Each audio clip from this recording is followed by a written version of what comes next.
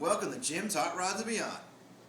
And in the last video, the 26 Ford Roadster, we were talking about the Buick powered Nailhead 364, and we showed you where I was going with the Nailhead, the blower, and the Predator carburetor, all those vintage parts. Well, here you go.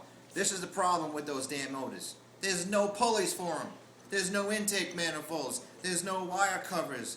What else? There's no crank, nothing. There's nothing you can get in the aftermarket for. So what are you going to do? You look at it with the old crappy belts on it. You can paint, I don't care how many spray bombs you buy. The pulleys look like shit. This is what a Buick Nailhead powered pulley, and let me tell you, 364 Nailheads, there's no parts available. Your 401s, your 425s, your 322s, those are the most important motors to most hot rodders because they can get the parts for it. Some people like those. I don't like them particular. I like the 364. Better motor. This is the lower crank pulley. See how many holes are in it? You can see right through it, like that. Unfortunately, the damn thing's 3.5 inches wide. 2 belts, you know, for air conditioning or power steering or whatever you want. I don't need all that shit. I want 700 horsepower, single pulley, single drive with a 2-inch blower belt on it. So how do I get that from the end of there? Well, you got to look in the archives and see who made stuff back in the 40s, 50s, and 60s and who was doing it.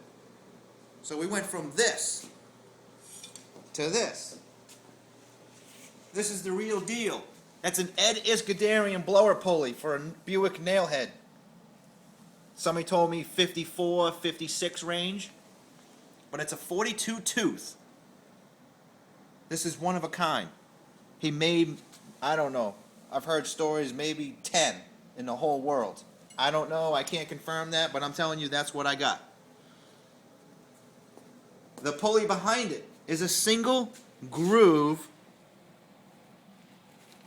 water pump pulley. Well, it's for the accessories drive. It runs off the water pump pulley. But I started with a big block Chevy pump pulley, cut the center out, re-drilled it to fit the Buick Nailhead. Pretty simple. Did that. Now, if you look at this water pump pulley, looks like I call it the derby hat. That's one in the whole world. The only one in the whole world. That's custom made.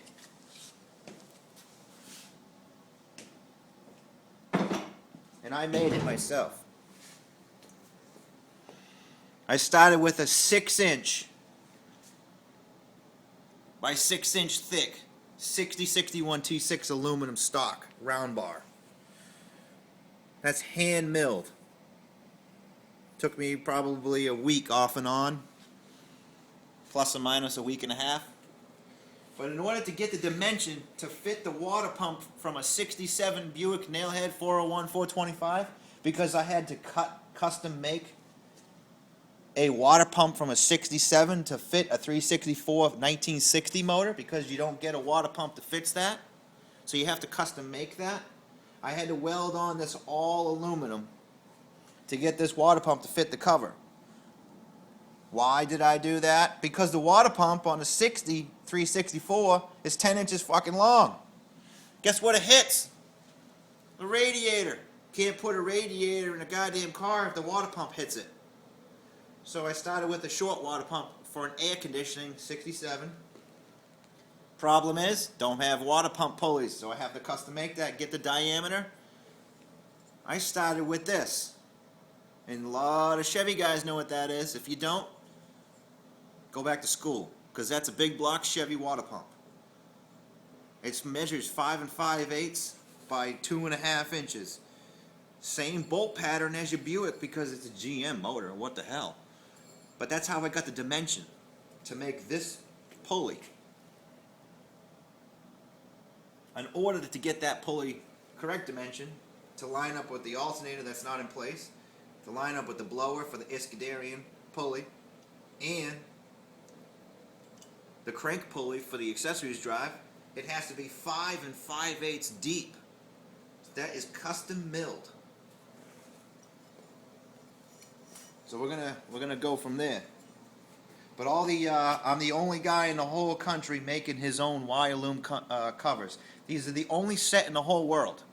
I take orders for them. They're not cheap. This is the only set in the whole world. They're custom made.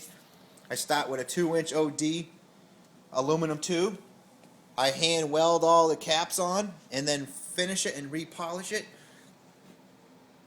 All the nuts are handmade stainless. Again, the only set in the world. If you're going to build a Nailhead, build it so no one knows what it is. Or no one has the parts and they can't find them because they didn't scratch their heads. Well, how the hell did he do that? It takes a genius to create something unique. Let me get to the intake manifold. Because I showed you in the other video, the original 364 had a 2-barrel cast iron intake manifold. So I'm going to show you that. This is a piece of foam. In order to get an intake manifold, I have to make a piece of foam. Why did he do that? Well, I'll tell you why. Because I cast my own aluminum parts.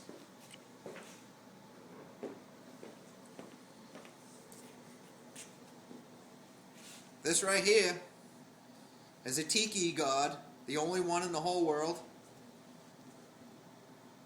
This was a solid piece of foam. Now it's a solid piece of aluminum. Hand sculpted. But it's called lost foam casting. If you go on YouTube, you go online, you go to school to figure it out. But I've known this for a long time. But there's a few people making skulls and stuff like that. But I made this one also. This was a solid piece of foam. But again, that's what my intake is right now. My intake manifold is a piece of foam, which is now going to be a piece of aluminum. Solid piece of aluminum. Probably 25 plus pounds of aluminum. But again, 25 plus pounds of aluminum versus a cast iron 60, 70 pounds piece of junk. But that's what it's going to take. It's going to take a piece of foam to get a piece of aluminum, to get a blower manifold, the only one in the whole world. The only one. So we're going to get that to everything else on the next video. You have a good day, everybody.